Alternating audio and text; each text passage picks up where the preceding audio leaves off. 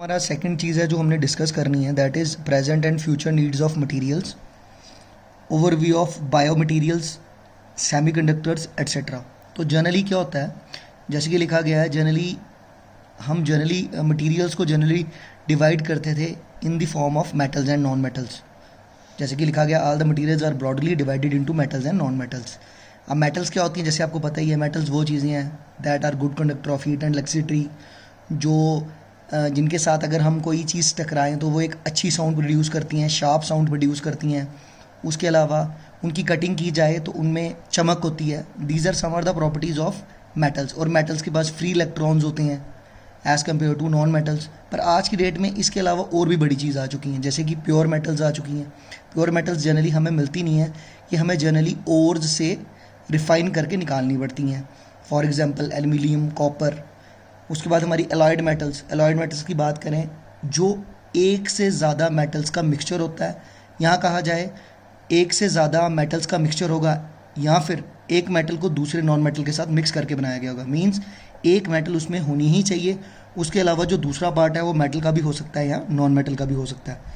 उसके बाद ferrous metals वो होंगी जिसमें आयरन एक बेसिक कॉन्स्टिट्यूएंट होगा। अगर हम फेरस मेटल्स की बात करेंगे तो उसमें आयरन होना ही चाहिए। क्लैड मेटल्स आज की डेट में नई चीज़ आई है। क्लैड मेटल्स क्या है, इसको दो मेटल्स को या तीन मेटल्स को जोड़ के बनाया जाता है ताकि हम उस पर्टिकुलर मटेरियल में तीन मेटल्स की प्रॉपर्टीज़ को पा सकें। जैसे कि थोड़ा मैं ब्रीफ में बोलूँ, फॉर एग्जांपल मुझे आयरन की भी प्रॉपर्टीज़ चाहिए, मुझे कॉपर की भी चाहिए, मुझे एल्यूमिनियम की भी चाहिए। तो हम क्या करेंगे, क्लैड मेटल बनाएंगे। क्लैड मेटल में क्या होगा, आयरन भी होगा, उसके ऊपर हमारा एल्यूमिनियम होगा, उसके ऊपर हमारा कॉपर होगा। तो हमें तीनों प्रॉपर्टीज़ मिलेंगे। उसके बाद हमारे पास है पॉलीमर्स। तो पॉलीमर्स में क्या होता है, रबर एंड प्लास्टिक्स। और उसके बाद हमारा है कंपोजिट्स जैसे कि आपने देखा हुआ है, जैसे आज की डेट में गाड़ियों के शीशे, जिसको मैंने बोला फाइबर ग्लास, आपने देखा होगा, that is a form of composites. उसके अलावा जैसे आपके वॉश बेसन्स होते हैं जो अब घर में हम यूज़ कर रहे हैं, that are also in the category of composites. अब हम बात करेंगे सेमीकंडक्टर्स की। जैसे कि हमने ऊपर लिखा कि सेमीकंडक्टर्स क्या होते हैं और बायोमटीरियल्स क्या होते हैं।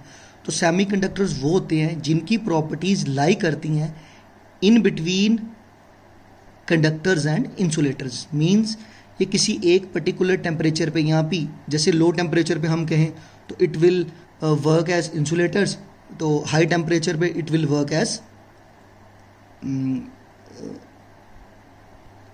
कंडक्टर्स। जैसे मैं बोल रहा हूँ कि सेमीकंडक्टर्स कुछ ऐसी चीज़ें होती हैं जो अपनी प्रॉपर्टीज़ को चेंज करते हैं। मींस उनकी प्रॉपर्टीज़ लाई करती हैं in between conductors and insulators. कुछ पर्टिकुलर टेम्परेचर पे ये कंडक्टर की तरह रिएक्ट करेंगे और कुछ पर्टिकुलर टेम्परेचर पे ये इंसुलेटर की तरह रिएक्ट करेंगे। अपने से किसी पर्टिकुलर टेम्परेचर पे अपने से बिजली को पास नहीं होने देंगे और कुछ पर्टिकुलर टेम्परेचर पे अपने से बिजली को पास होने देंगे। उसके बाद जो आज की डेट में बड़ी इंपॉर्टेंट चीज़ है, दैट इज़ बायोमटीरियल्स। बायोमटीरियल्स वो हैं जो ह्यूमन बॉडी में इम्प्लांट की जाती हैं।